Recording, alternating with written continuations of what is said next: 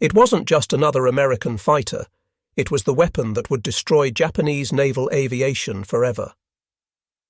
On June 19, 1944, when those dark blue Hellcats dove through our formations with devastating precision, every Japanese pilot in the sky knew the age of the Zero was over. The F6F Hellcat didn't just outclass the legendary Mitsubishi A6M Zero, it hunted it with methodical efficiency. 6.50 caliber Browning machine guns that converged at the perfect killing range, armor plating that made it virtually indestructible, and that massive Pratt & Whitney R2800 double Wasp engine, 2,000 horsepower that could push the Hellcat to 380 miles per hour and climb at over 2,500 feet per minute. What happened that day over the Philippine Sea wasn't a battle, it was an execution. In what American pilots would call the Great Marianas Turkey Shoot, the Imperial Japanese Navy lost approximately 480 aircraft, while the Americans lost just 33 planes.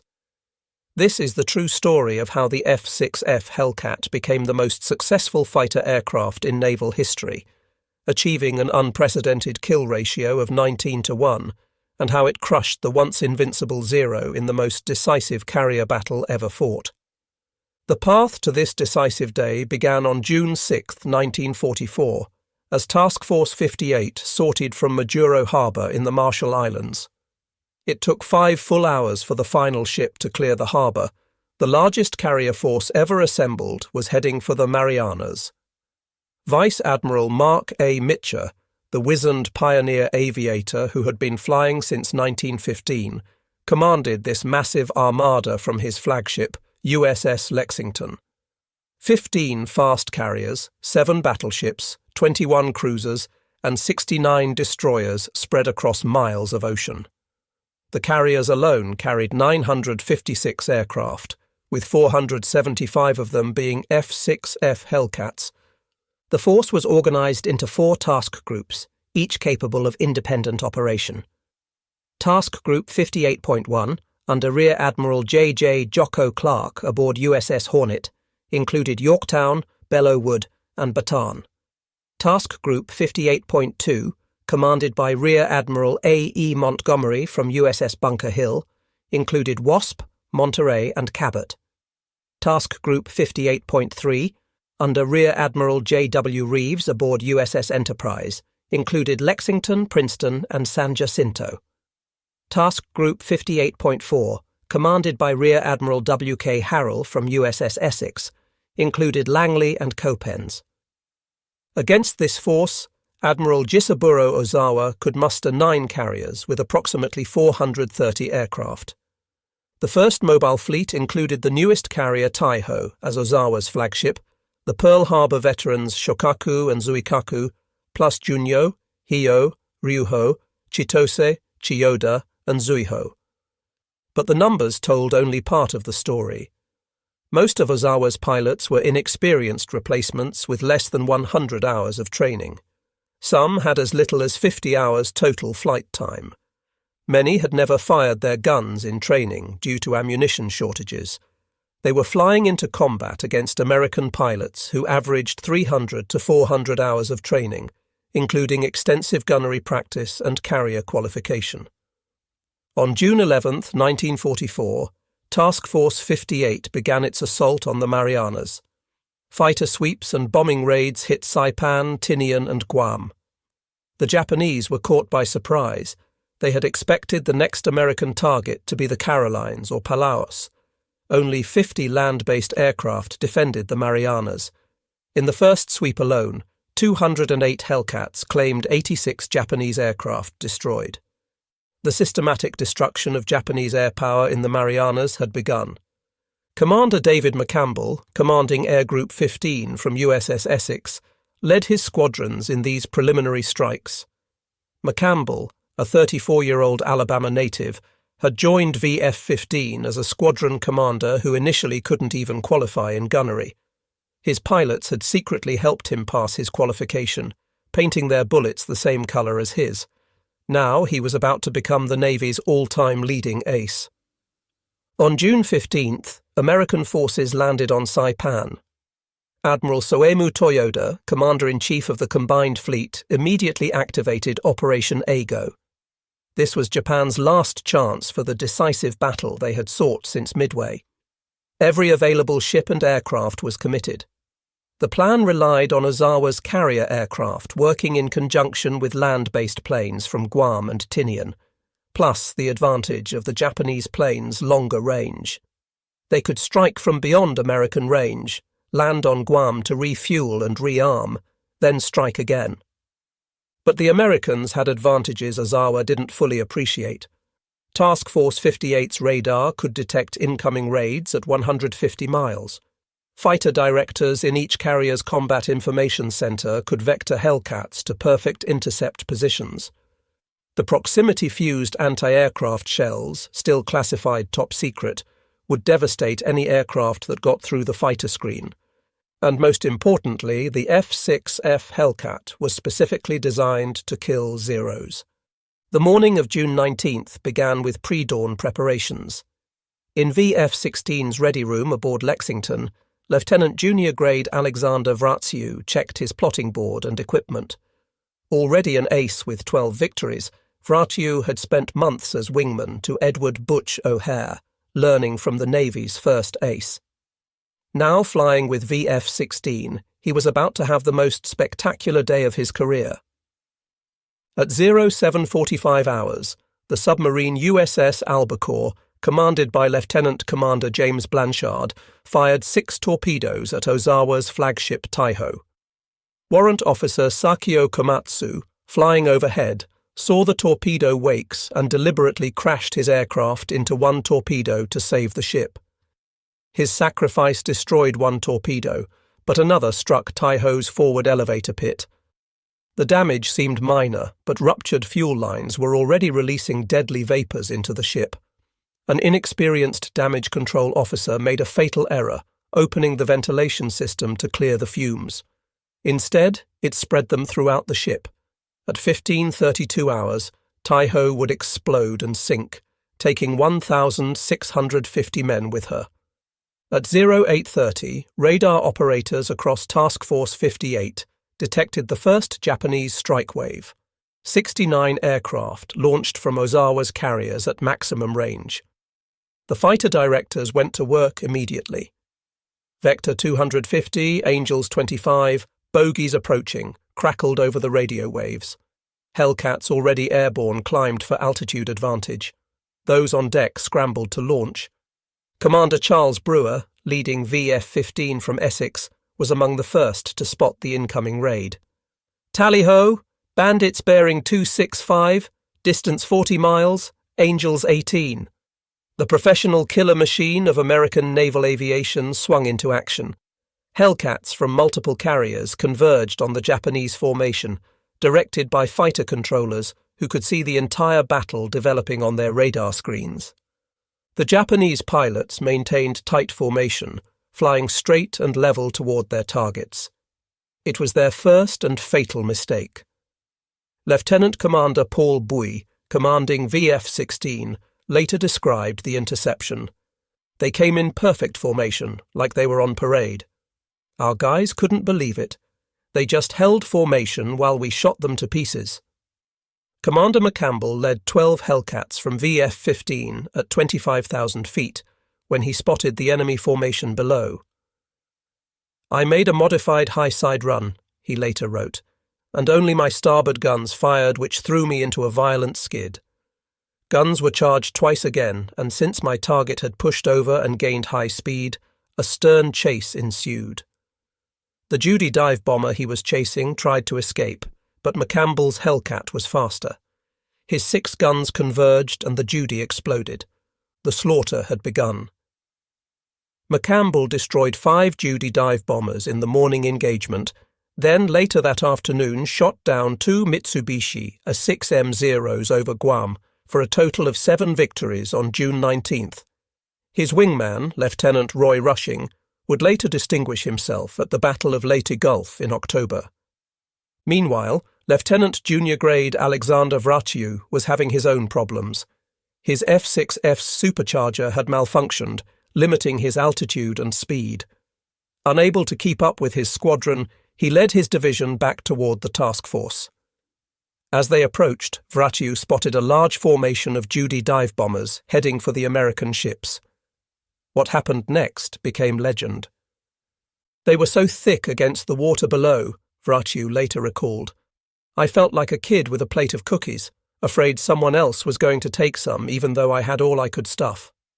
In just 8 minutes, using only 360 rounds of ammunition, about 10 rounds per gun per kill, Vraciu shot down 6 Judy dive bombers. His marksmanship was nearly perfect. After landing on Lexington, Vraciu climbed out of his Hellcat and, still wearing his flight gear, held up 6 fingers for the photographers.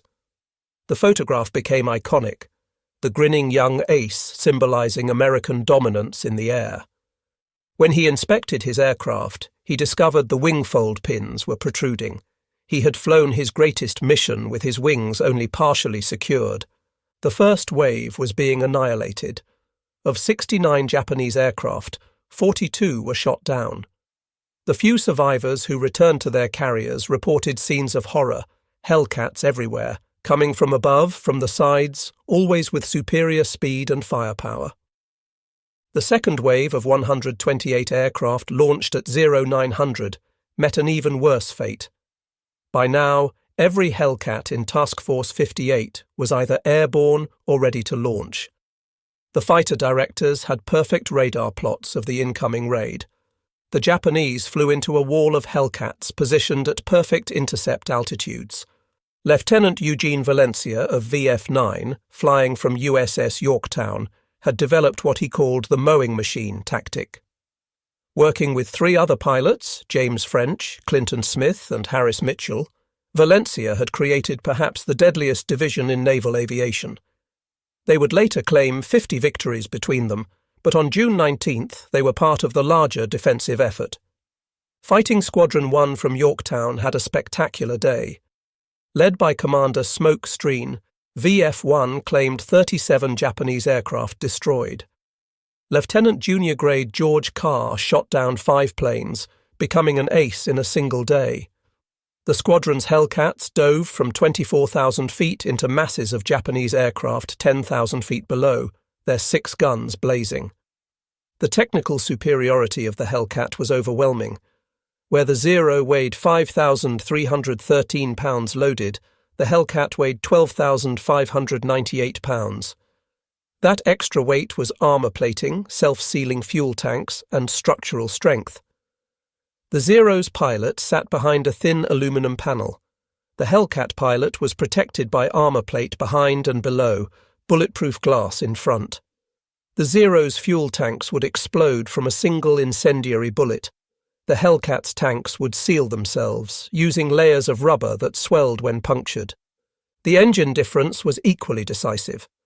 The F6F3's Pratt & Whitney R 2800-10 produced 2,000 horsepower, with water injection boosting it to 2,200 horsepower for combat emergency power. The Zero's Nakajima Sakai 21 managed only 1,130 horsepower. This meant the Hellcat could outclimb, outdive, and outrun the Zero at any altitude. At 20,000 feet, where much of the combat took place, the Hellcat could climb at 2,000 feet per minute. The Zero managed perhaps 1,500 feet per minute, and that rate decreased rapidly with altitude. The armament told its own story. The Hellcat's 6.50 caliber Browning M2 machine guns each carried 400 rounds, total 2,400 rounds. The guns were bore-sighted to converge at a specific range, creating a cone of destruction. The Zero typically carried 2 Type 99 20mm cannons with only 60 rounds each, plus 2 7.7mm Type 97 machine guns. While the 20mm was more powerful per round, the limited ammunition meant Zero pilots had to be extremely careful with their shooting. Hellcat pilots could fire long bursts, walking their tracers onto target. At 1000 hours, the third wave of 47 aircraft approached. These were from Ozawa's Carrier Division, 2, Junyo, Hyo, and Ryuho. They immediately got lost, failing to track the American movements. Only 7 would return to their carriers. Lieutenant Zenji Abe, a Pearl Harbor veteran flying from Junyo, was one of the few experienced pilots in this wave. After being forced to crash land on Rota Island when his fuel ran out, he examined his damaged aircraft and exclaimed, "I never saw so many Grummans." His plane was riddled with bullet holes. Commander James Jig Dog Ramage, leading Bombing Squadron 10 from Enterprise, watched the fighter pilots at work. "Our fighters really had a field day. The Japanese came in perfect formations and our boys just cut them to pieces. It was like watching a training exercise, except the targets were real." The fourth wave of 82 aircraft launched at 1100 hours met the same fate. By now, American pilots were almost feeling sorry for their opponents. Ensign William Spider Webb of VF-2 later recalled, "They were so green. They held formation while being shot at. They didn't even try evasive maneuvers. It was both impressive and heartbreaking to watch such brave men fly to certain death." But not all American pilots survived unscathed. Commander Charles Brewer of VF-15, after shooting down 3 enemy aircraft, was himself shot down and killed over Guam. His loss reminded everyone that even in a turkey shoot, war extracted its price. Lieutenant Commander James Flatley took over VF-15, continuing the squadron's devastating effectiveness. At 11:18 hours, USS Kavala, commanded by Lieutenant Commander Herman Kostler, fired 6 torpedoes at the carrier Shokaku. The submarine had maneuvered into perfect position, and 3 torpedoes struck home. The Pearl Harbor veteran, displacing 32,100 tons fully loaded, went down with heavy loss of life.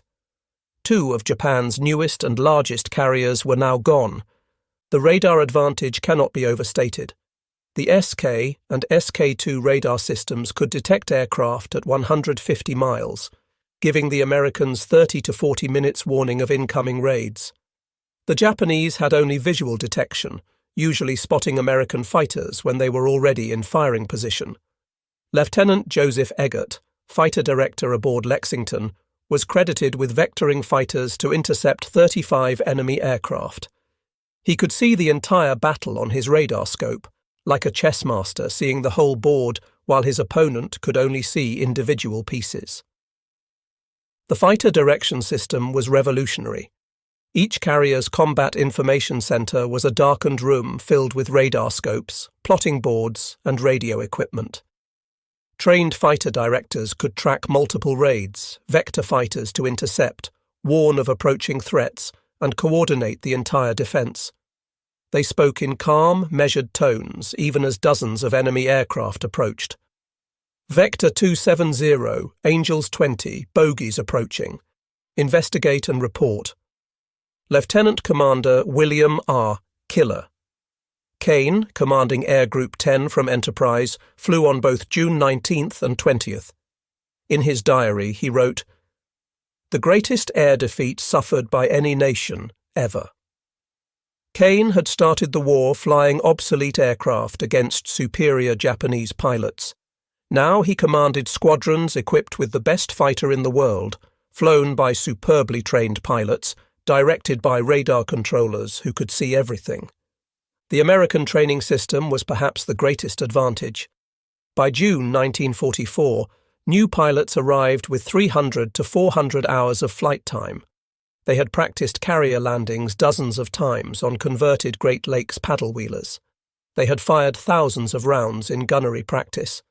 They knew their aircraft intimately. In contrast, Japanese pilot training had collapsed. Where once they produced highly skilled pilots with 500-plus hours of training, by 1944 they were sending boys into combat with 50 to 100 hours total time. The rotation system multiplied American advantages. Experienced pilots like Lieutenant Commander John S. Jimmy Thatch, inventor of the Thatch-Weave defensive tactic, were rotated home to train new pilots. Their combat experience was institutionalized, taught to every new pilot. The Japanese kept their experienced pilots in combat until they died. By June 1944, almost all the Pearl Harbor and Midway veterans were dead. The few survivors, like Zenji Abe, were overwhelmed trying to lead inexperienced pilots against superior American forces. The communications advantage was crucial. American pilots had reliable VHF radios using standardized terminology. They could coordinate attacks, warn of threats, and maintain situational awareness. "Brake right, Blue 2, 0 on your 6. "Roger, braking right, thanks, lead." Japanese radios were notoriously unreliable. Many pilots flew without them to save weight, relying on hand signals impossible to see in combat. By noon on June 19th, the first phase of the battle was over. The Japanese had launched 373 carrier aircraft in 4 waves. Approximately 346 carrier aircraft had been shot down on June 19th alone. American losses were 33 aircraft and 26 flight personnel, most operational accidents rather than combat losses. The ocean around Task Force 58 was littered with burning wreckage, oil slicks, and Japanese pilots in life rafts. Admiral Mitscher, watching from Lexington's flag bridge, turned to his staff and said, "The Japanese carrier air force has been destroyed. They'll never recover from this." He was right. Japan had lost not just aircraft, but irreplaceable pilots. The carriers might be repaired or replaced, but the trained air crew could not be regenerated in the time Japan had left. The afternoon saw continued action over Guam and Rota, as American fighters caught Japanese aircraft trying to land and refuel. VF-16's pilots, including Vraciu, flew multiple sorties, adding to their victory tallies. The total Japanese losses for the day would reach approximately 480 aircraft, when including land-based planes destroyed. The maintenance crews worked miracles. Damaged Hellcats were repaired overnight, ready to fly again the next day. The American logistics system delivered fuel, ammunition, and spare parts in enormous quantities. Each carrier had machine shops capable of manufacturing parts. Damaged engines were swapped out in hours. The Japanese, meanwhile, struggled to keep their remaining aircraft operational, cannibalizing damaged planes for parts. As the sun set on June 19th, Admiral Ozawa still believed he might salvage something from the disaster. He had no idea of the scale of his losses. Returning pilots reported shooting down hundreds of American aircraft. In reality, they had shot down almost none. The few Japanese pilots who survived were exhausted, demoralized, and traumatized by the day's events. June 20th brought the second phase of the battle, the American counterstrike. Search planes had been looking for the Japanese fleet all day. At 15:40, Lieutenant Robert Nelson from Enterprise finally found them, 275 miles west of Task Force 58. It was extreme range for the American aircraft, and launching so late meant they would return after dark. But Mitscher didn't hesitate. "Launch 'em." At 16:24, Task Force 58 began launching 216 aircraft, 85 Hellcats, 77 dive bombers, and 54 torpedo bombers. Every pilot knew the risks. They would be flying to the absolute limit of their range. Many would not have enough fuel to return. But the chance to finish off the Japanese fleet was too good to miss. Lieutenant Commander Ramage led VB-10's Dauntlesses from Enterprise. As they approached the Japanese fleet, he could see 3 carriers, battleships, cruisers, and destroyers spread across miles of ocean. The few remaining Japanese fighters rose to intercept, but they were overwhelmed by the escorting Hellcats. The attack was confused but effective. The carrier Hiyo took several bomb and torpedo hits and sank. Zuikaku was heavily damaged, as were the carriers Junyo and Chiyoda. The battleship Haruna took a bomb hit, and 2 oilers were sunk. But the real drama came on the return flight. As darkness fell, American aircraft began running out of fuel, the radio filled with desperate calls. "This is Blue 7. Engine quit. Going in. Red 3 ditching. Send help." Pilots watched their fuel gauges drop toward empty, calculating whether they could make it back. Admiral Mitscher made one of the war's most famous decisions. Despite the submarine threat, he ordered, "Turn on the lights." Every ship in Task Force 58 illuminated. Searchlights pointed skyward, flight deck lights blazing, even star shells fired into the air. It was like Times Square in the middle of the Pacific Ocean. Lieutenant Commander John Gray of VF-18 later described the scene. "I was down to fumes when I saw those lights. It was the most beautiful sight of my life. I didn't care which carrier, I just needed a deck. I landed on Yorktown instead of Hornet, but they took me in like I belonged there." The recovery was chaotic. Planes landed on any available deck. Some crashed on landing, blocking flight decks. Others ditched alongside ships. Destroyers picked up pilots from the water. Of the 216 aircraft launched, 80 were lost, but most of the pilots were rescued. The human cost was 49 aircrew killed or missing, still less than the Japanese lost in pilots from just one carrier. Commander Kane wrote in his diary, "Mitscher took a hell of a risk lighting up the fleet, but he saved a lot of good men. That's the kind of leader men will follow anywhere." The Battle of the Philippine Sea was over. In 2 days, the Japanese had lost approximately 600 aircraft, 3 carriers, and 2 oilers. More importantly, they had lost nearly all their remaining trained carrier pilots. American losses were 123 aircraft, most from fuel exhaustion on June 20th, not combat. The technical specifications that made the Hellcat dominant tell the complete story.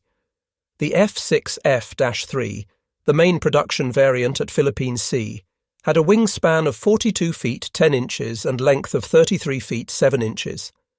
Its empty weight of 9,238 pounds included armor plating around the cockpit, oil cooler, and oil tank. The self-sealing fuel tanks could take multiple hits and keep functioning. The bulletproof windscreen could stop 20mm cannon shells. The R2800-10 engine was a masterpiece of engineering. With water injection, it could produce 2,200 horsepower for combat emergency power. The engine was incredibly reliable. Many Hellcats returned with cylinders shot off and still running. The 3-bladed Hamilton Standard propeller was perfectly matched to the engine, providing excellent climb and acceleration. The armament installation was carefully designed. The 6 guns were staggered to prevent interference, with 400 rounds per gun fed from boxes in the wings.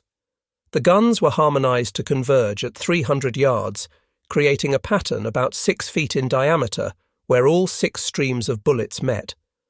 A 2-second burst put 200 rounds into that small area. Nothing could survive it. The cockpit was designed for combat. The pilot sat high, with excellent visibility in all directions. The controls were well placed and instinctive. The gun sight was a reflector type, projecting an aiming reticle onto a glass plate in front of the pilot. Unlike the Zero, which required constant adjustment of controls to stay in trim, the Hellcat was stable and flew almost hands-off. Production quality was consistent. Grumman built 12,275 Hellcats between 1942 and 1945, with peak production of 500 per month. Every aircraft was identical, with completely interchangeable parts. A Hellcat built in 1943 used the same parts as one built in 1945. This standardization made maintenance simple and efficient. The Zero, by contrast, was still partially hand-built in 1944. Each aircraft was slightly different. Quality was declining as Japan ran short of materials. Experienced workers had been drafted into the military. The engines couldn't produce rated power due to poor fuel quality and manufacturing tolerances. The fuel situation illustrated the broader problem. American carriers used 100-octane aviation fuel, specially refined for maximum performance.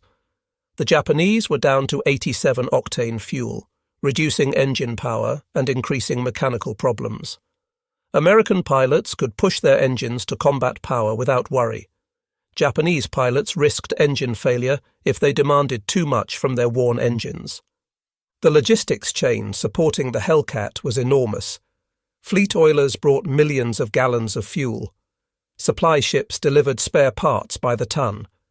Escort carriers ferried replacement aircraft. The mobile service squadrons could perform depot-level maintenance at forward bases. It was industrial warfare on a scale the Japanese couldn't match. The human factor remained decisive. American pilots knew they were flying the best fighter in the world. They had confidence in their training, their aircraft, and their leadership. If shot down, they knew massive rescue efforts would be made to save them.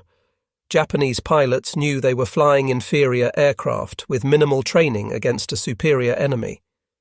Being shot down meant death or capture. The psychological impact of the turkey shoot was devastating. Survivors spread word of the Hellcat's invincibility throughout Japanese naval aviation. Morale plummeted. Many pilots began viewing missions as suicide runs, even before the formal adoption of kamikaze tactics. The Hellcat hadn't just defeated them physically, it had broken their spirit. Post-war analysis revealed the true scale of the victory. Japanese records confirmed American claims were actually conservative. In many cases, Japanese losses were higher than reported. The kill ratio of 19-1 wasn't propaganda. It was documented fact from both sides' records. The Hellcat continued its dominance throughout the war. On October 24, 1944, during the Battle of Leyte Gulf, Commander McCampbell would shoot down 9 Japanese aircraft in a single mission, setting a US record. His wingman, Lieutenant Roy Rushing, shot down 6 more. 2 pilots had shot down 15 aircraft between them, more than many squadrons managed in a day early in the war. By war's end, Hellcats had destroyed 5,223 enemy aircraft in air-to-air combat, while losing only 270 to enemy aircraft. That incredible 19-1 ratio. They flew 66,530 combat sorties, dropped 6,503 tons of bombs, and established American air superiority wherever they operated. The design philosophy behind the Hellcat influenced all subsequent American fighters. The emphasis on pilot protection, heavy firepower, and robust construction became standard. The Hellcat proved that in modern warfare, the side with better technology, training, and industry would prevail. Looking back, the Great Marianas turkey shoot was more than a battle. It was vindication of the American approach to war. While the Japanese clung to concepts of individual warrior spirit and lightweight maneuverable aircraft, the Americans had embraced industrial warfare. The Hellcat was its perfect expression, tough, powerful, and available in overwhelming numbers. Admiral Ozawa survived the war and later reflected on the battle's significance, acknowledging that the Battle of the Philippine Sea marked the end of Japanese carrier aviation. The American Hellcat, combined with superior pilot training and industrial capacity, had proven decisive in achieving victory. Commander David McCampbell, who ended the war with 34 victories, all in Hellcats, put it simply. The Hellcat was an honest airplane. It did exactly what you asked it to do. It brought you home. In combat, that's all that matters. As the sun set on June 19, 1944, Japanese naval aviation was finished as an effective force. The survivors, limping back to their carriers, knew they had met their master in the F6F Hellcat. The dark blue fighter with the white star had ended the myth of Japanese air superiority forever. In a single day, American industry, training and technology had triumphed over Japanese courage and spirit. The Great Marianas turkey shoot was more than a battle. It was the demonstration of total American air supremacy, delivered by the lethal superiority of the F6F Hellcat.